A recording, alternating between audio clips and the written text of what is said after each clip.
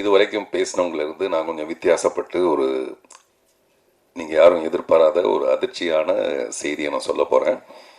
அதுக்கு முன்னாடி பத்திரிகை மற்றும் ஊடக நண்பர்களுக்கு பணிவான வணக்கமும் உங்களுடைய பொறுமைக்கு என்னுடைய பெருமை மிகு வாழ்த்துக்களும். நீங்கள் வந்தோடனே யோசிச்சிருப்பீங்க, ஏடா தங்கர் பச்சன் சாரே இல்லை இங்கே, எப்படா இந்த நிகழ்ச்சி இவ்வளோ நேரம் எப்படி ஓட்டுறது அப்படின்னு நினச்சிருப்பீங்க நீங்கள். ஏன்னா அவர் தான் பேசினார்னா அப்படி மணிக்கணக்காக பேசுவார். அவரை மாதிரி ஒரு திறமையான ஒரு கதாசிரியரை நான் வந்து சந்தித்ததில்லை. ஏன்னா அவருடைய கதைக்களங்கள் எல்லாமே ரொம்ப ரொம்ப ரொம்ப புதுசாக, அதில் ரொம்ப சரியான விதைங்கிறது இந்த அழகிய கதை. இந்த படத்தை அவரை தவிர அவர் யாராலையும் இந்த உலகத்திலேயே வெற்றி அடைய வச்சிருக்க முடியாது. அதுக்கு என்ன காரணம் நான் அப்புறம் பின்னாடி சொல்கிறேன். அதான் அந்த அதிர்ச்சியான தகவல். அப்படிப்பட்டவர் வந்து அவர் பேசுகிற சுவாரஸ்யம் வந்து ரொம்ப அலாதியானது. நம்மக்கிட்ட வந்து கேட்பார், சார் ஒரு நல்ல படம் எடுக்கிறதுக்கு என்ன விட்டு அவர் யார் சார் இருக்காங்க, நீங்களே சொல்லுங்க, ஒரு டைரக்டர் இங்கே இருக்காரா சார் அப்படின்னு என்கிட்ட கேட்பாரு. நானும் ஒரு டைரக்டர் தான். எவனாவது ஒரு நல்ல படம் எடுக்கிறதுக்கு இந்த தமிழ்நாட்டில் இருக்கானா சார், என்ன விட்டா ஒரு டைரக்டர், நீங்க சொல்லுங்க சார் அப்படின்னு. இப்ப அதே தான் இப்ப வந்து அவர் பிரச்சாரத்தில் சொல்லிட்டு இருப்பாரு, என்ன விட்டா உங்களுக்கு நல்லது செய்யறதுக்கு வேற எவனாவது இங்க இருக்கானா, எவனாவது வரானா விதிகளை பாருங்க, அதனால உங்க ஓட்டை வந்து நீங்க எனக்கு போன என்ன போடுறீங்களா இல்லையா அப்படின்னு வீட்டுக்குள்ள போய் சண்டை போட்டுட்டு இருப்பாரு இந்நேரம். அதனால நிச்சயமா அவர் தான் நாளைய எம்பி அந்த தொகுதிக்கு. அவருக்கு முன்கூட்டிய வாழ்த்துக்கள். விதை முளைக்க நீர் நிலம் ஒளி எல்லாம் வேண்டும், விதை முளைக்க நீர் நிலம் ஒளி எல்லாம் வேண்டும், கவிதை முளைக்க நீ போதும் எனக்கு. நான் இங்க சொல்ல வந்தது வந்து, இந்த கவிதைக்கு முன்னாடி அப்படி ஒரு தங்கர் பச்சன் சார் இருந்திருந்தாருன்னா இந்த நிகழ்ச்சி வந்து சுவாரஸ்யமாக போயிருக்குமேங்கிற உங்களுடைய குறையை தீர்க்கிறதுக்காக திரு கருணாநிதி அவர்கள் அவ்வளவு அழகாக அவருடைய தமிழ், கருணாநிதினாவே தமிழ் தான், தமிழ்னா கருணாநிதி தான். அதனால இப்பவும் நமக்கு மறைந்த முதல்வர் கருணாநிதியை ஞாபகப்படுத்துகிற அளவுக்கு அவருடைய அழகான தமிழ். அதே மாதிரி தளபதி பேசுனது எல்லாமே உண்மையான விஷயம் தான். இன்னும் நிறைய இருக்கு, இன்னொரு 30 நாளைக்கு பேசுகிற அளவுக்கு இருக்கு, அவ்வளோ உள்ள ஆழங்கள்லாம் இருக்கு. அதுக்கு நடுவில் நீங்கள் கைத்தட்டி அதை கெடுத்துட்டீங்க, பரவாயில்ல. நிஜமாவேங்க உண்மையை பேசுறதுக்கு வந்து ஒரு பெரிய மரியாதையும் இருக்காது நாட்டில். நிஜமாவே அந்த அதிர்ச்சியான தகவல் தான் நான் சொல்ல போறேன். உண்மைக்கும் யதார்த்தத்துக்கும் மரியாதையே கிடையாது. அந்த அதிர்ச்சி தான் நான் பின்னாடி சொல்ல போறேன். இப்ப நான் சொன்னது விதை முளைக்க நீர் நிலம் ஒளி எல்லாம் வேண்டும், கவிதை முளைக்க நீ போதும் எனக்கு. கவிதைன்றது ரொம்ப அழகான ஒரு விஷயம். அதுக்கு வந்து நீ மட்டும் இருந்தா போதும்டி, நான் கவிதை எழுதிடுவேன். அசை போட்டு விட்டால் சுவிங்கத்தை கூட உம்மிடம் மனம் வராத எனக்கு, அசை போட்டு விட்டால் சுவிங்கத்தை கூட உம்மிடம் மனம் வராத எனக்கு, உன் நினைப்பை மட்டும் எப்படி. கொஞ்ச நேரம் அப்படி அசை போட்டால் அந்த சுவிங்கத்தை கூட என்னை துப்ப மனசு வரல, ஆனால் உன்னுடைய நினைப்பை நான் எப்படி மிஸ் பண்ணுவேன். இதெல்லாம் அழகான காதல் கவிதைகள். விலக விலக புள்ளி தானே நீ மட்டும் எப்படி விஸ்வரூபம். நம்மளை விட்டு விலகி போச்சுன்னா அது புள்ளியாக மறைஞ்சு போயிடும். ஆனால் நீ மட்டும் எப்படி இன்னும் விஸ்வரூபம் மாதிரி அழகியா மனசுலேயே இருக்க. நம்மளுடைய காதலிக்கெல்லாம் வந்து வேற வேற பேர் இருக்கலாம். ஒவ்வொருத்தரும் காதலிக்கிற பெண்ணோட பேர் வேற எல்லாம் இருக்கும். ஆனால் அவங்க எல்லாருக்கும் பொதுவான ஒரு பேர் வந்து அழகிதான். அவளுக்கு பேரெல்லாம் வேற என்னென்னமோ இருக்கும். அந்த அழகின்றது அவளுடைய அழகை சொல்ற ஒரு விஷயம் இல்லை, அது இவனுடைய மனசோட அழகு. அது இவனுடைய மனசோட பார்த்தா அந்த பொண்ணு வந்து மிக அழகா இருப்பா. அப்படிப்பட்ட ஒரு காதலி. அதே மாதிரி உலகம் பூரா இருக்கிற காதலர்கள் காதலை இன்னமும் எவ்வளவு அழகா மெய்ப்பிட வச்சிருக்காங்க, காதலை எவ்வளவு மதிக்கிறாங்கன்றதுக்கு ஒரு சரியான சான்று தான் இந்த 22 வருஷம் கழிச்சு நடக்கிற இந்த அழகிக்கான இன்னமும் எதிர்பார்ப்பு. அதுதான் உண்மை. காதலி வந்து பொய், காதலனோ காதலியோ பொய், பட் காதல் மட்டும்தான் நிஜம். காதலர்கள் தோத்து போலாமே தவிர காதல் தோற்கவே தோற்காது. அதனாலதான் இந்த அழகியும் தோற்கல. அதுதான் முக்கியமான ஒரு காரணம். இந்த படத்துல முதல் கதாநாயகன், 2வது கதாநாயகன்லாம் கருணாநிதி சொன்னாரு. இப்ப நான் சொல்றேன், இவங்க எல்லாத்த விட பெரிய கதாநாயகன் இந்த படத்தோட தயாரிப்பாளர் திரு உதயகுமார் அவர். அவர் உதயகுமாரை விட நல்ல இதயக்காரர், நல்ல இதயகுமார்னு சொல்லலாம் அவரை. ஏன்னா ஒவ்வொரு கலைஞனும் முதல் படம் பண்றதுங்கிறது மிகப்பெரிய ஒரு கஷ்டமான விஷயம். நான் புதிய பதை பண்ணது எப்படியோ, என்னை வந்து என்னுடைய சுந்தரம் சார் வந்து என்னை அந்த படத்துக்கு தேர்ந்தெடுத்ததுனால இன்னமும் என்னுடைய பூஜை அறையில் அவருடைய ஃபோட்டோ வச்சிருக்கேன். எங்கள் அப்பாவுடைய ஃபோட்டோவும் அவருடைய ஃபோட்டோ வச்சிருக்கேன். அந்த மாதிரி அது ஒரு மிகப்பெரிய ஒரு விஷயம். அது 1.25 கோடியோ இல்லாட்டி 2 கோடியோ இல்லை 25 லட்சம் ரூபாயோட நிறுத்திடலான்னு முடிவு பண்ணுறதோ எதுவாக இருந்தாலும் ஒரு தயாரிப்பாளர் தங்கர் பச்சன் மிகப்பெரிய திறமசாலியாக இருக்கலாம், இந்த கதை ரொம்ப பிரமாதமான கதையாக இருக்கலாம். அங்கே தான் எனக்கு மாறுபட்ட கருத்து இருக்குது. இந்த கதை அதிர்ச்சியான தகவல் நான் அப்புறம் சொல்கிறேன். இந்த மாதிரி பில்டப் பண்ணிட்டே வந்தால் அது என்னன்றது பின்னாடி பார்க்கலாம். ஸோ அந்த மாதிரி இந்த கதையை தேர்ந்தெடுத்து இந்த படத்தை வந்து இவ்வளவு தொய்வான இவ்வளவு எனக்கு தெரியும். அந்த நேரத்தில் இந்த படம் எடுத்துகிட்டு இருக்கும்போது, படம் முடிஞ்சதுக்கப்புறம் நான் இவன் ஒரு படம் பண்ணிட்டு இருந்தேன். ஒரு மழை பெஞ்சிட்டு இருக்க ஒரு மாலை நேரத்தில் வந்து என்கிட்ட கேட்டாங்க. அப்போ வந்து 1.25 கோடி 2 கோடி ரூபாய் செலவு பண்ணிட்டோம், சிட்டியை மட்டும் நீங்கள் வாங்கிக்கிறீங்களா அப்படின்னு கேட்டாங்க. நான் சொன்னேன், இவன் படம் நான் பண்ணிட்டு இருக்கேன், நான் தான் ப்ரொடியூசர், என்கிட்ட அவ்வளோ பணம் இல்லை இந்த படத்தை வாங்குறதுக்கு. அப்போ இந்த நிறைய ப்ரொடியூசர்ஸ் வந்து நிறைய டிஸ்ட்ரிபியூட்டர்ஸ் இந்த படத்தை வேணாம் நிராகரிச்சது எல்லாமே. அப்போ நான் சார்ட்ட சொன்னேன், அவருக்கு நினைவு இருக்கும்னு நினைக்கிறேன், இன்னொரு 25 லட்சமோ 30 லட்சமோ போட்டு பிரிண்ட் அண்ட் பப்ளிசிட்டி பண்ணி ரிலீஸ் பண்ணால் இந்த படம் வந்து பெரிய லாபத்தை அடையும் அப்படின்னு நான் சொன்னேன். நானும் சொன்னேன், வேற தங்கர் பச்சன் அஃப்கோர்ஸ் சொல்லியிருப்பார். அப்புறம் பார்த்தா படம் வந்து மிகப்பெரிய வெற்றி அடைஞ்சிருக்கு. உண்மையிலேயே இந்த டிஸ்ட்ரிபியூட்டர்ஸ்ன்றவங்க என்னென்னா, ஏற்கனவே ஒரு செட் மெனு மாதிரி மைண்டில் வச்சுருப்பாங்க, இப்படி இருந்தால் தான் இந்த படம் ஓடுன்னு. ஒவ்வொரு தடவையும் அவங்களோட அபிப்பிராயத்தை உடைச்சிருக்கு. மீனாட்சி சுந்தரம் சார் நீங்கள் தப்பாக நினச்சக்கூடாது, டிஸ்ட்ரிபியூட்டர்ஸ்க்குன்னு ஒரு மைண்ட் இருக்கும், ஆனால் அதை உடைச்சது பூரா ரசிகர்களாக இருப்பாங்க. அது ஒருதலை ராகமாக இருக்கலாம், 16 வயது நிலையாக இருக்கலாம், எத்தனை படங்களாக இருந்தால் இருக்கலாம். ஆனால் இப்போ மீனாட்சி சுந்தரம் பேசும்போது சொன்னார், அவருடைய வேட்டையாடு விளையாடு 96. நான் சொன்னேன், ரொம்ப அழகாக அதை சொல்லி தொகுத்து கொண்டு வந்து அழகில கொண்டு வந்து சேர்த்துருக்கீங்க. பிகாஸ் அது ஒரு ஸ்ட்ராட்டஜி, அது கரெக்டான ஒரு ஸ்ட்ராட்டஜி. அவருடைய கருத்து கணிப்பு மிக சரியாக இருக்குங்கிறது, இந்த படமும் அந்த மாதிரி வெற்றி அடையணுங்கிறது. ஸோ மிஸ்டர் உதயகுமார், அவருக்கு பின்னாடி அவருடைய குடும்பம், நிஜமாகவே ஒருத்தர் வந்து ஒரு நல்ல விஷயம் பண்ணணும்னா அதுக்கு பின்னாடி குடும்பம், முக்கியமாக மனைவி. அந்த மனைவி நினச்சிருந்தாங்கன்னா நிச்சயம் இந்த படத்தை திருப்பதியிலே மூட்டை போட்டு முடிச்சிருக்கலாம் திரும்பி வரும்போது. இப்போ வந்து இந்த மனைவிக்காக வர்றது எதுக்கு வரேன்னா, தேவயானிக்காக வரேன். தேவயானி வந்து முதல்ல மனைவி ஆகும்போது நடித்த படம் இது. அவங்க கேட்டாங்க, இந்த மனைவி மீது உங்களுக்கு காதலா அல்லது தனம் மீது காதலா அப்படின்ட்டு. காதலி மீது காதல் இருக்கிறது ரொம்ப பெரிய கஷ்டமே கிடையாது. காதலிங்கிறது என்னன்னா, அவனுக்கு கிடைக்காத ஒரு விஷயம். தோற்றுப்போன காதல் எல்லாமே தெய்வீக காதல் தான். ஒருவேளை அந்த காதலியே மனைவியாக இருந்தால் அந்த காதல் இவ்வளோ தூரம் சுவாரஸ்யமாக இருந்திருக்காது. அதனால காதலி மேலே ஈர்ப்பு இருக்கிறதுங்கிறது கிடைக்காத ஒரு பெரும் மேலே இருக்கிற ஈர்ப்பு. ஆனால் மனைவியாக வந்ததுக்கப்புறம் அந்த மனைவி தன்னுடைய குடும்பத்தில் இருக்கிற கஷ்ட நஷ்டங்களை எல்லாத்தையும் பார்த்து, அப்புறம் கணவனுடைய ஒவ்வொரு ரியாக்ஷனும் ஒரு மனைவிக்கு நல்லாவே தெரியும். உதாரணத்துக்கு, புருஷன் வந்து தண்ணி அடிச்சுட்டு வீட்டுக்கு வந்தான்னு வச்சுங்களேன், அவனே காட்டி கொடுத்துருவான், கொஞ்சம் அப்படியே அடிஞ்சு அப்படி காட்டி கொடுத்துருவான். ஏதாவது தப்பு செஞ்சால் கூட அவனே காட்டி கொடுத்துருவான். ஒய்ஃபுக்கு தான் நல்லா தெரியும் இவன் வந்து இவ்வளோ தப்பு செய்கிறான்ட்டு. எனக்கு தெரிஞ்ச ஒரு பெரிய நடிகர், ஒரு ஆக்ஷன் நடிகர், அவர் ஒரு தடவை சொன்னார், நான் ஸ்மோக் பண்ணுறது என் ஒய்ஃபுக்கு தெரியாது அப்படின்னாரு. நான் சொன்னேன், அவங்க தெரியாதமா நடிக்கிறாங்க, தெரிஞ்சால் நீங்கள் என்ன பண்ணுவீங்கன்னா, இப்போ டாய்லெட்டில் போய் அடிக்கிறதுக்கு பதிலாக இப்போ ஹாலில் உட்காந்து ஸ்மோக் பண்ணுவீங்க. அதனால நீங்கள் மட்டும் இல்லை மனைவியாக நடிக்கிறது, எல்லா மனைவியும் நல்லா நடிப்பாங்க. ஆமாம், எல்லா மனைவியும் நல்லா நடிப்பாங்க, அவங்களுக்கு தெரிஞ்சதெல்லாம்.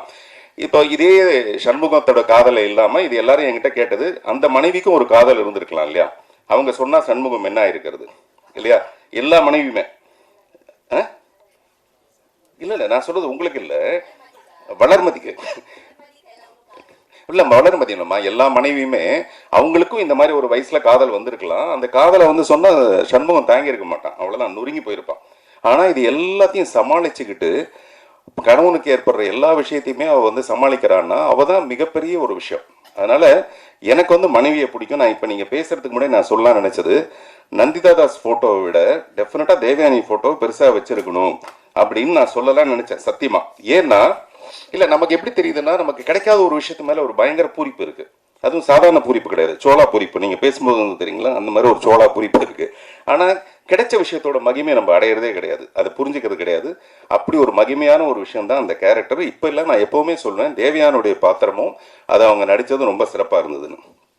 அதுக்காக நந்திதாசன் நான் குறைவாக சொல்ல, நம்ம எப்போவுமே அப்படி தான் தூக்கி வச்சு கொண்டாடுவோம். ஸோ அதனால் உங்கள் கேள்விக்கு பதில் வந்திருக்கும்னு நினைக்கிறேன். ஸோ நந்திதா தாஸ் வந்து இந்த படத்துக்கு ரொம்ப ரொம்ப பொருத்தமான ஒருத்தவங்களாக இருந்தாங்க. பட் ஷூட்டிங் ஆரம்பித்த முதல் நாள் 2வது நாளே அவங்க என்கிட்ட சொன்னாங்க, தளபதிக்கிட்ட சொன்ன மாதிரி, இது நமக்கு சுத்தமாக ஒத்து வராது இந்த படம், அதனால் நான் போயிடுறேன் அப்படின்னாங்க. அப்புறம் ஏன்னா தங்கர் பச்சன் பேசுகிற இங்கிலீஷ் வந்து அந்த மாதிரி இருந்திருக்கும்னு நினைக்கிறேன், அவர் எக்ஸ்பிளைன் பண்ணுறதுக்குள்ளே. அப்புறம் நான் ரொம்ப கன்வின்ஸ் பண்ணி அவங்ககிட்ட, இப்போ சமீபத்தில் அவங்களை இன்டர்வியூவில் கூட சொல்லியிருப்பாங்க, நான் ஷூட்டிங்கில் அவங்களுக்கு ஹெல்ப் பண்ணேன், எவ்வளோ ஹெல்ப் பண்ணேன், டயலாகெல்லாம் அப்படி வச்சு காமிச்சேன்லாம் சொன்னாங்க, அந்த மாதிரிலாம். ஸோ ஒரு படம் நல்லா வர்றதுக்கு பின்னாடி நிறைய நல்ல முயற்சிகள், அதுக்கு பின்னாடி இவங்க எல்லாருமே. அப்புறம் என்னுடைய சின்ன வயசாக நடித்த பசங்க எல்லாருமே இவங்க எல்லாருமே அதுக்கு ஒரு பெரிய ஸ்ட்ரென்த். பட் அப்போ சொன்ன ப்ரொடியூசர்ஸ் டிஸ்ட்ரிபியூட்டர்லாம் என்ன சொன்னாங்கன்னா, பார்த்திபனுடைய பாகத்தை அதிகப்படுத்துங்க, இந்த குழந்தைங்களுடைய போர்ஷன்ஸை குறைச்சிருங்க அப்படின்னு சொல்லி சொன்னாங்க. ஆனால் அந்த குழந்தைங்க போர்ஷன் தான் அந்த படத்தோட வெற்றிக்கு ரொம்ப ரொம்ப முக்கியமான காரணமாக இருந்தது. அதை நான் மனசில் வச்சுட்டு இப்போ நான் டீம்ஸ்னு ஒரு படம் பண்ணிட்டு இருக்கேன். ஒரு 13 குழந்தைங்களை வச்சுக்கிட்டு டீம்ஸ்னு ஒரு படம், ஒரு அட்வென்ச்சரஸ் த்ரில்லர் ஃபில்ம். அந்த படம் அடுத்த மாதம் ரிலீஸ் ஆகுது. வருகிற 6ஆம் தேதி கமலா தியேட்டரில் அந்த படத்தோட ஆடியோ லான்ச்சு. பத்திரிகை நண்பர்கள் எல்லாருக்கும் தனியாக வரும். இருந்தால் கூட நான் சொல்கிறேன், இந்த சந்து கிடைச்சா சிந்து பாடுறதுங்கிறது இதுதான். தங்கர் பச்சனை மாதிரி ஒரு சிறந்த எழுத்தாளர், சிறந்த படைப்பாளி. ரொம்ப நேரமாக தேவயானி சொல்லிட்டு இருக்காங்க இது ஒரு மேஜிக்கல்னு. ஆக்சுவலாக இந்த படமே ஒரு மேஜிக்னா கண்கட்டு வித்தைன்னு அர்த்தம். அதாவது நமக்கு கண்ணுக்கு எதிர்க்கவே வந்து இங்கே ட்ரெயின் காணாமல் போயிடும், யானை காணாமல் போயிடும், அதெல்லாம் ஸ்டேஜில் பண்ணி காட்டுவாங்க. அப்படின்னா என்ன அர்த்தம், நம்ம கண்ணை கட்டி விட்டுட்டு பண்ணிடுறது. இந்த கதையும் அந்த மாதிரியான ஒரு விஷயம். எப்படின்னா நம்ம எல்லாருமே எடுத்துக்குவோம், சண்முகம் மாதிரி அவன் ஒரு வெட்டினரி டாக்டர். இந்த விஷயத்தை நான் எதுக்காக சொல்கிறேன்னா, நாளைக்கு படம் பார்க்குற ஆடியன்ஸுக்கு இந்த படம் ஒரு புதுவிதமான ஒரு ட்ரிகர் பண்ணணும். நான் சொல்கிற விஷயமும் படத்தில் இருக்கிற விஷயம் சரியாக இருக்கான்னு பார்க்கறதுக்கான ஒரு புதுசான ஒரு விஷயத்தை ஏற்படுத்தணுங்கிறதுக்காக சொல்கிறேன். மற்றபடி ஏங்குத்தமா உங்குத்தமான்னு அதுக்காக இல்லை. சண்முகம் மாதிரி ஒரு வெட்டினரி ஹாஸ்பிட்டல் டாக்டர் தன்னுடைய பழைய காதலியை பார்த்தா இந்த மாதிரி கொண்டு போய் ஒரு வேலைக்காரியாக சேர்த்துருக்கவே மாட்டான். கரெக்டாக இல்லையான்னு நீங்கள் யோசிச்சு பாருங்கள். ஒரு குடிசை எடுத்து ஒரு தையல் மிஷினை வாங்கி கொடுத்து அங்கே அந்த பொண்ணை கௌரவமாக வச்சுருக்க முடியும் அவனால். ஆனால் இந்த கதையோட போக்க தங்கர் பச்சன் செஞ்ச விதம் எப்படி இருக்குன்னா, நம்ம எல்லாருக்குள்ளேயும் அந்த காதல்னு ஒரு விஷயம் வந்து எவ்வளோ பெரிய இம்பேக்டை ஏற்படுத்தணும்னா, இதை நான் ஃபஸ்ட் டே ஷூட்டிங் டே கேட்டேன். என்னுடைய வீடு மங்களாவில் ஷூட்டிங் நடக்கும்போது நான் கேட்டேன், இவ்வளோ வசதியாக இருக்கிற ஒருத்தன் எதுக்காக அந்த காதலியை வந்து வேலைக்காரியாக கொண்டு போய் நடராஜன் வீட்டில் சேர்க்கணும், எதுக்காக தண்ணி வீட்டில் வந்து வேலைக்காரியாக சேர்க்கணும், அதுக்கு பதிலாக ஒரு தையல் மிஷினை வாங்கி கொடுத்து கௌரவமாக வச்சுருக்கலாமேன்ட்டு. அப்புறம் அவர் சொன்னார், இல்லை சார், இந்த கதையோட போக்கு காதலியை பற்றினது கிடையாது, ஒவ்வொருத்தரோட மனசில் இருக்கிற காதலை பற்றுது. அப்படின்னா நான் என்ன சொல்ல வரேன்னா, ஒரு யதார்த்தமற்ற ஒரு காதல். இது காதலுங்கிறதே யதார்த்தமற்றது தான், அது வேற விஷயம்.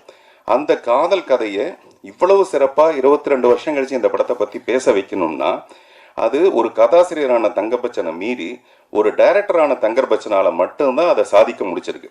இதுதான் நான் சொல்ல வந்தேன். கதையில் இருக்கிற நெருடல்ன்றது நம்ம நல்லா யோசிச்சு பார்த்தோம்னா நமக்கு நல்லா தெரியும். அவளை எப்படியாவது ஒரு இடத்துல கொண்டு போய் ஒரு நல்லபடியாக வாழ வச்சிருக்கலாமே, எதுக்கு போய் இவ்வளோ கஷ்டப்பட வைக்கணும்ட்டு. இது வந்து கதைக்குள்ளே இருக்கிற ஒரு கதாசிரியர்கள் டிஸ்கஸ் பண்ணுற ஒரு விஷயம். ஆனால் இந்த கருத்தையே நமக்கு தென்படாத அளவுக்கு, நம்ம மனசுக்கு வராத அளவுக்கு, அந்த மேஜிக் மாதிரி, கண்கட்டு வித்தை மாதிரி இந்த உலகம் பூரா பரவி இருக்கிற காதலை சொல்லி, அந்த காதல் மூலமாகவே இந்த அழகியோட மனசை சொல்லி, அதை இவ்வளவு பெரிய விஷயமா பண்ணியிருக்கிறதுக்கு வந்து முழு பொறுப்பும் முழு தகுதியும் தங்கர் பச்சன்கிற ஒரு மிகப்பெரிய இயக்குனரால் மட்டும்தான் செய்ய முடிய ஒரு விஷயம். ஒரு சாதாரண கதையை எடுத்து சாதாரணமாக டைரக்ட் பண்ணிருக்கிறது வேற விஷயம். ஆனால் நான் சொல்கிறேன், இந்த மாதிரியான ஒரு விஷயம் உள்ளே இருக்கும்போது கூட அதை நம்ம கண்ணுக்கு தெரியாத அளவுக்கு அது ரொம்ப சிறப்பான ஒரு படமாக பண்ணது வந்து அவருடைய மிகப்பெரிய ஒரு திறமை. தொடர்ந்து நாங்கள் ஒரு 2-3 படம் பண்ணோம். தொடர்ந்து அவரோட படம் பண்ணணுங்கிறது ரொம்ப விருப்பமான ஒரு விஷயம். அது வந்து அழகியோட வெற்றியிலேருந்து நிச்சயமாக இன்னும் இந்த படத்தில் அதே மாதிரி அழகி 2 பண்ணணுங்கிறது தங்கர் பச்சனுடைய மிகப்பெரிய ஒரு ஆர்வம். அநேகமாக உதயகுமார் சாருக்கு வந்து இந்த படம் வந்து இந்த ஆடியோ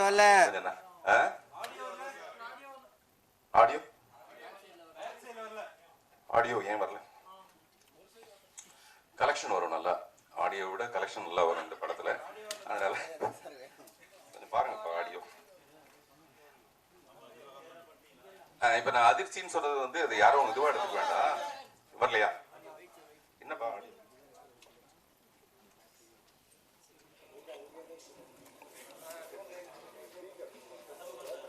ஓகேயா இப்போ? ஓகேயா?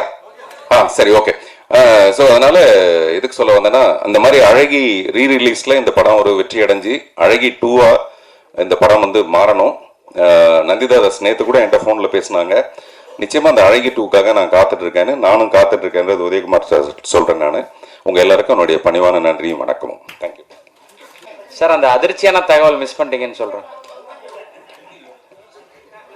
இல்லை, அந்த அதிர்ச்சியான தகவல் தான் என்ன சொன்னோன்னா, அழகிய நம்ம இவ்வளோ தூரம் வந்து பாராட்டிக்கிட்டே இருக்கோம், அவ்வளோ மாபெரும் காவியம்லாம் சொல்லிக்கிட்டே இருக்கோம்.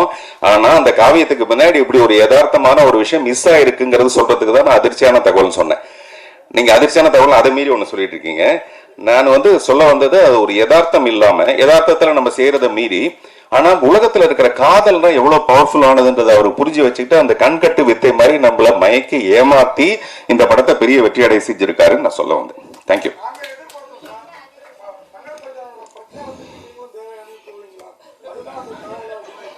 ஓஹோ, நல்ல உங்களுடைய எதிர்பார்ப்பு ரொம்ப நல்லா இருக்கு. நன்றி. எல்லாருக்கும் வணக்கம். இங்க வந்திருக்கும் அனைவருக்கும், பிரஸ், மீடியா, மேடையில் வீட்டிற்கும் பார்த்திபன் சார், ப்ரொடியூசர் சார், எல்லாரும், ஆக்டர்ஸ், என்னோட குட்டி ஆர்டிஸ்ட் எல்லாம் இப்போ வளர்ந்துட்டாங்க. தளபதி சார், எல்லாருக்கும் உங்க தேவயானி ராஜ்குமாரனின் அன்பான வணக்கம். இது ரொம்ப சந்தோஷமான ஒரு தருணம் இது இல்லையா? 22 வருஷம் கழிச்சுட்டு மறுபடியும் எங்களோட படம் ரிலீஸ் ஆகுது. யாருக்கு தெரியும் இது 22 இயர்ஸ் முன்னாடி நம்ம நடிக்கும் போது? யாராவதுக்கு தெரியுமா? பார்த்திபன் சார் தெரியுமா நமக்கு? இந்த ஃபில்ம் மீண்டும் ஒரு டைம் ரிலீஸ் ஆகும், 22 வருஷம் கழிச்சுட்டு மறுபடியும் இந்த மாதிரி ஒரு ப்ரெஸ் மீட் நடக்கும், நாங்கள் இதை பற்றி பேசுவோம். It's a miracle. நான் நினைக்கிறேன் இது ஒரு மிரக்கிளான ஒரு மேஜிக்கல் மூமெண்ட். இது எதுவுமே நம்ம நினைச்சதே கிடையாது, ஆனால் ஏதோ ஒரு மிரக்கிள் மாதிரி ஒரு மேஜிக் நடந்துட்டு இருக்கு. அப்பவும் நடந்திருக்குது, இப்பவும் நடக்குது. So it is a very, very beautiful moment and we should all celebrate it. And we should applaud and give claps to the producer. Please clap your hands. Please. ஏன்னா நல்ல clap பண்ணுங்க. ஒரு தயாரிப்பாளர் வந்து ஒரு படம் எடுக்கிறதுக்கு, அதுவும் இந்த காலகட்டத்தில் வந்து ரிலீஸ் பண்றதுக்கு எவ்வளோ கஷ்டம், எவ்வளோ போராட்டம். எப்பவுமே ஒரு தயாரிப்பாளருக்கு ஒரு படம் ரிலீஸ் பண்றதுக்கு ஒரு பிரசவம் மாதிரி ஒரு பிரச்சனை இல்லையா? பிரசவம் கூட ஈஸியா இருக்கும்னு நினைக்கிறேன். ஆனா ஒரு படம் ரிலீஸ் பண்றது அந்த அளவுக்கு ஒரு கஷ்டமான ஒரு செயல். அது 22 இயர்ஸ் முன்னாடி ஒரு படம் அவர் ரிலீஸ் பண்ணி அது ஒரு மேஜிக் ரெடி பண்ணி அது வெற்றியை பார்த்து மறுபடியும் 22 இயர்ஸ் கழிச்சுட்டு நம்ம எல்லாரும் ஒன்னா சேர்த்து மறுபடியும் அதை ரிலீஸ் பண்றாரு பாருங்க. Really hats off to you sir. Really இது ஒரு சாதாரண விஷயம் கிடையாது, இது ஒரு பெரிய சாதனை. அட்லீஸ்ட் நாம ஒருத்தர் பார்க்குறோமே. இப்போ பாருங்களேன், we are reuniting, at least I can see you. 22 வருஷம் அப்புறம் நான் உங்களை பார்க்குறேன். எவ்வளவோ வருஷம் கழிச்சிட்டு பார்த்திபன் சாரை பார்க்குறேன். எவ்வளோ 22 வருஷம் கழிச்சிட்டு இந்த குட்டி குழந்தைங்கள பார்க்குறேன். எல்லாரும் வளர்ந்துட்டாங்க, எல்லாரும் அவங்கவுங்க இடத்துல இருக்கிறாங்க. It is such a magical moment. கொஞ்சம் யோசிச்சு பாருங்க. அதனால இந்த மாதிரி பியூட்டிஃபுல் ஃபிலிம்ஸ் ரிலீஸ் பண்ணி இந்த மேஜிக் மறுபடியும் நம்ம இந்த இருக்கிற பியூட்டிஃபுல் ஜெனரேஷன், இந்த ஜெனரேஷனுக்கு நிறைய விஷயங்கள் தெரியாம இருக்கு. ஆமா, டிவியில நிறைய பார்த்துட்டு தான் இருக்கிறாங்க, ஆனா ஒரு ஸ்கிரீன்ல பார்க்கும்போது அதோட ஃபீலிங்ஸ் வேற இல்லையா? So let us bring it out. All these good films, let us bring it out and give it to this new generation so that அவங்க ஏதாவது இதிலிருந்து கற்றுக்க முடியும். So I thank the producer and I have to thank director Thangar Bachan sir. ஏன்னா அவர் கூட நான் வந்து ரொம்ப பியூட்டிஃபுல்லான ரொம்ப கிளாசிக் ஃபிலிம்ஸ் பண்ணியிருக்கேன் சார் கூட. என்னோட ஃபர்ஸ்ட் ஃபிலிம் காதல் கோட்டையில் தங்கர் பச்சான் சார் தான் கேமராமேன். நேஷ்னல் அவார்டு வரைக்கும் போயிடுச்சு படம். நேஷ்னல் அவார்டு கிடைச்சிருச்சு. எனக்கு பெரிய பேர், என்னோட லைஃபோட டேர்னிங் பாயிண்டே காதல் கோட்டை. அதுக்கப்புறம் மறுமலர்ச்சி கூட ஒரு சூப்பர் ஃபில்ம், எனக்கு நல்ல பேர் வாங்கி கொடுத்தது. இது வரைக்கும் ஒரு கிளாசிக்கான ஒரு சூப்பரான ஒரு ஃபில்ம்னு சொன்னால் மறுமலர்ச்சி. அதுலேயும் தங்கர் பச்சன் சார் கேமராமேன். அதுக்கப்புறம் பாரதி, மகாகவி பாரதியார் மேலே ஒரு படம் எடுக்கிறாங்கன்னா அதில் செல்லம்மாவா எனக்கு நடிக்க சொன்னது தங்கர் பச்சன் சார் தான். நான் ஷூட்டிங் பண்ணுறேன், விஜிபி ஏதோ ஒரு லொக்கேஷனில் ஷூட்டிங் பண்ணும்போது டைரக்டர் சாரும் தங்கர் பச்சன் சாரும் லொக்கேஷனில் வந்து நீங்கள் செல்லம்மாவா நடிக்கணும் அப்படி சொன்னாங்க. அப்போ எனக்கு செல்லம்மா கூட எனக்கு தெரியல, எனக்கு அதையெல்லாம் எதுவுமே தெரியல. இல்லை, நீங்கள் இந்த கேரக்டர் பண்ணுறீங்க, நாங்கள் எல்லாமே உங்களுக்கு அந்த விஷயத்த சொல்கிறோம், இது கரெக்டாக இருக்கும் உங்களுக்கு, நீங்கள் கண்டிப்பாக இதை மிஸ் பண்ணாமல் நீங்கள் கண்டிப்பாக பண்ணணும்னு சொன்னது தங்கர் பச்சன் சார் தான். அதுக்கப்புறம் இன்னொரு படம் கண்ணுக்கு கண்ணாக, இந்த மாதிரி நிறைய படங்கள் அவர் கூட ஒர்க் பண்ணியிருக்கேன். Excellent director, excellent writer. அவரோட கேமரா ஒர்க்கே ஒரு பெயிண்டிங் மாதிரி இருக்கும், ரொம்ப அழகாக இருக்கும், ரொம்ப லைவாக இருக்கும். அவரோட கேமராவில் மேக்கப் போட வேண்டியதே இல்லை, அப்படியே வந்தோமா ஷூட்டிங் பண்ணோமா அந்த மாதிரி ரொம்ப கேஷுவலான ஃபீலிங்ஸோட விளையாடுற ஒரு writer and creator. I'll say basically he's a beautiful creator. So இந்த மாதிரி கிளாசிக் ஃபிலிம்ஸ் அவர் கூட ஒர்க் பண்ணுறதுனால இந்த அழகியோட கதை எனக்கு வந்து சொன்னார். அப்போ தான் நாங்கள் கல்யாணம் பண்ணி புதுசாக இருக்கிறோம். தேவயானி இந்த மாதிரி இருக்குது, வளர்மதி ஒரு கதாபாத்திரம் இருக்குது, இது உனக்கு ரொம்ப சூட் ஆகும்னு நினைக்கிறேன் அப்படி சொல்லிட்டு நரேஷன் பண்ணும்போது எனக்கு ரொம்ப பிடிச்சிருந்தது. ஒரு வைஃபோட அந்த ட்ரூ குவாலிட்டிஸ், என்ன லவ் இருந்தாலும், என்னை பொறுத்த வரைக்கும் காதல் என்ன ஃப்ளாஷ்பேக்ல இருந்தாலும் எங்கே இருந்தாலும், இப்போ ப்ராக்டிக்கல் லைஃப்ல எக்ஸிஸ்டன்ஸ் என்ன, ஒரு வைஃபோட அந்த ரோல் என்ன, அவ ஹஸ்பண்டை விட்டு கொடுக்க மாட்டா இல்லையா. எந்த சந்தர்ப்ப சூழ்நிலை என்ன லவ் இருந்தாலும் என்ன இருந்தாலும் ஒரு ஹஸ்பண்டுக்கு விட்டு கொடுக்க முடியாத அந்த கதாபாத்திரம், அவளோட அந்த க்ளோரி, அவளோட அந்த சேர், அது சேரா இருந்தாலும் அதை விட்டு கொடுக்காது. நீங்க அந்த படம் பார்த்தீங்கன்னா அந்த ஸ்தானத்தை வந்து அவ யாராலையும் விட்டு கொடுக்க முடியாதபடிக்கு இருக்கிறா. அது அவ்வளோ அவளுக்கு வந்து ப்ரெஷஸா இருக்குது. அது எல்லா லேடிஸ்குள்ள இருக்கிற ஒரு உணர்வு தான். அந்த உணர்வு எனக்கு ரொம்ப பிடிச்சிருந்தது, அந்த ஃபீலிங்ஸ் எனக்கு ரொம்ப பிடிச்சிருந்தது. அந்த கதை பொறுத்த வரைக்கும் என்னை பொறுத்த வரைக்கும் ரொம்ப ட்ரூவான ஒரு கதாபாத்திரம் வளர்மதி. அது சொன்னதும் எனக்கு ரொம்ப பிடிச்சிருந்தது. கண்டிப்பா பண்றேன் சார் அப்படி சொன்னேன். ஏன்னா அவ்வளோ கான்ஃபிடென்ஸ் எனக்கு சார் மேல, அவரோட படைப்பு மேல. So it was a great experience working in this film. And மறுபடியும் ரிலீஸ் ஆக போது ரொம்ப ரொம்ப சந்தோஷமா இருக்குது. தியேட்டர்ல போய் குடும்பத்தோட என்னோட டாட்டர்ஸோட சேர்த்து பார்க்க போறேன். யோசிச்சு பாருங்க, அப்ப அவங்க இல்லவே இல்லை, இப்ப அவங்க எல்லாம் வளர்ந்துட்டாங்க இருக்காங்க. ஸோ அவங்கள கூட்டிட்டு போய் ஒரு படம் மறுபடியும் நம்மளோட படம் தியேட்டர்ல வரும்போது அதை மீண்டும் பார்க்குற ஒரு தருணம் இருக்குது. It is so exciting and so happy feeling. இது எல்லாருக்கும் கிடைக்காதுன்னு நினைக்கிறேன், எனக்கு ரொம்ப கிடைச்சிருக்குது. எனக்கு ரொம்ப சந்தோஷம், நான் ரொம்ப கொடுத்து வச்சுவேன் நினைக்கிறேன். Thank you so much. மீடியா எல்லாம் நல்ல பப்ளிசிட்டி பண்ணுங்க, எல்லாரும் வர வைங்க தியேட்டர்ல. அண்ட் அஃப்கோர்ஸ் பார்த்திபன் சார் கூட நான் நிறைய ஃபிலிம்ஸ் பண்ணியிருக்கேன். எல்லா ஃபிலிம்ஸும் ஹிட்டு தான் இல்லையா சார்? அழகிக்கு முன்னாடி நிறைய படங்கள், எந்த படம் எடுத்தாலும் நீங்க பார்த்தீங்கன்னா நல்ல பெரிய வெற்றி படங்கள் தான் பண்ணியிருக்கோம். அழகி கூட ஒரு பெரிய வெற்றி படம். அவரோட சப்போர்ட், அவரோட அந்த என்ன சொல்றது, எக்ஸலண்ட் ஒரு கோ ஆர்டிஸ்டா நாங்கள் பண்ண அத்தனையோ படங்கள் வந்து ரொம்ப சக்ஸஸ்ஃபுல்லாக, ரொம்ப ஹிட்டாக, எல்லாருக்கும் ஒரு பிடிச்ச படம் இன்னும் இருக்குது. ஸோ அதில் அழகி கூட. அப்புறம் ஒரு கேள்வி நான் பார்த்திபன் சார் கிட்ட கேட்கணும். உங்களுக்கு வளர்மதி பிடிக்குமா சார், இல்லை தனந்தா பிடிக்குமா? யார் மேல உங்களுக்கு காதல் அதிகம் சொல்லுங்க. இப்போ முடிவு பண்ணிடலாம், இது தப்பான விஷயம் சொல்லுங்க. எனக்கு இப்போ எல்லாரும் அதை சொல்லும்போது எனக்கு என்னமோ ஒரு சின்ன உள்ள ஃபீலிங் வருது. என்னடா இது, இது நமக்கு தெரியணுமே. அதனால அப்போ நான் கேட்கல, இப்போ நான் கேட்குறேன். ரொம்ப சந்தோஷம். இந்த சந்தர்ப்பத்துக்கு எங்களுக்கு இதை ரெடி பண்ணி கொடுத்து ப்ரொடியூசருக்கு, தயாரிப்பாளருக்கு, ரிலீஸ் பண்ணிட்டு இருக்கிற நம்ம மீனாட்சி சுந்தரன் சார் தானே, உங்களுக்கு ரொம்ப வாழ்த்துக்கள் சார். படம் நல்ல வெற்றியா ஓடட்டும். எல்லாருக்கும் இங்க வந்திருக்கும் அனைவருக்கும் ரொம்ப ரொம்ப thanks. And let us enjoy this moment and make this film again a big magical film. Thank you.